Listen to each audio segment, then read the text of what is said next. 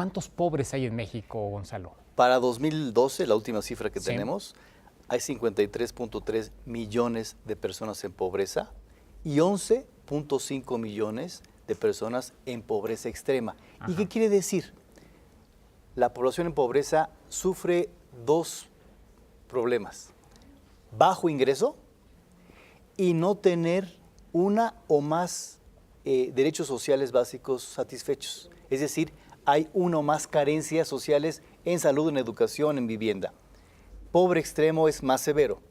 Una población con ingresos aún más bajos, menores a una canasta alimentaria, y tener 3 o más carencias sociales al mismo tiempo.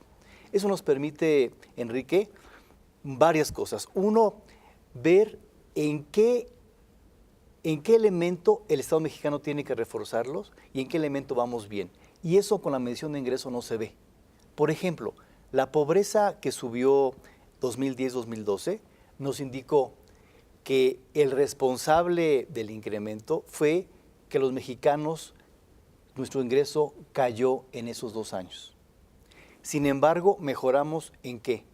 Mejoramos en coberturas de salud, mejoramos en coberturas de educación, mejoramos en viviendas de calidad, y eso hay que reconocerlo. Y no solamente hay que reconocerlo, sino que la dirección de la política pública es mucho más rica y mucho más importante y mucho más eficiente, déjame usar la palabra, si sabemos los responsables de que suba o que baje la pobreza. Y no solamente a nivel nacional, en los 32 entidades federativas y en todos los municipios tenemos la misma medición. Entonces podemos saber quiénes son los responsables en cuanto a dimensiones de cómo la pobreza, el ingreso, y en qué estado se incrementa más para enfocar ahí el esfuerzo público.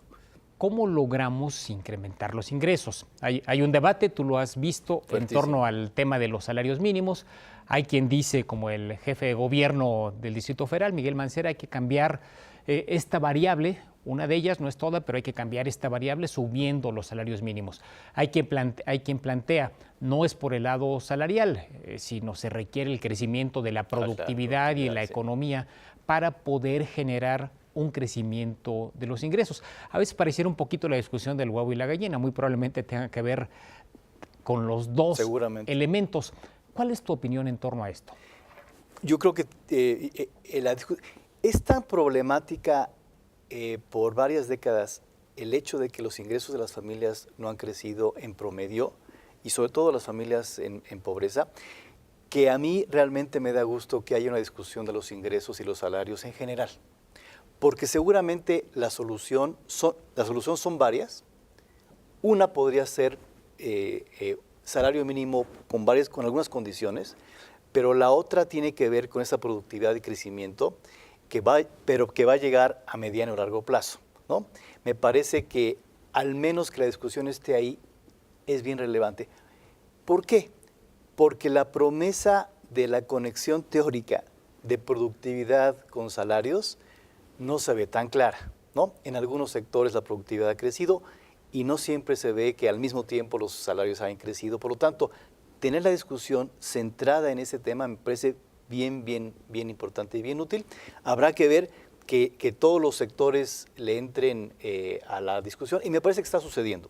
El gobierno federal le está entrando a la discusión, y ya no digas los partidos como el PRD, en el caso del DF y el PAN. Me parece que es una discusión que hay que tener porque es el talón de Aquiles, insisto, de reducir la pobreza en el país.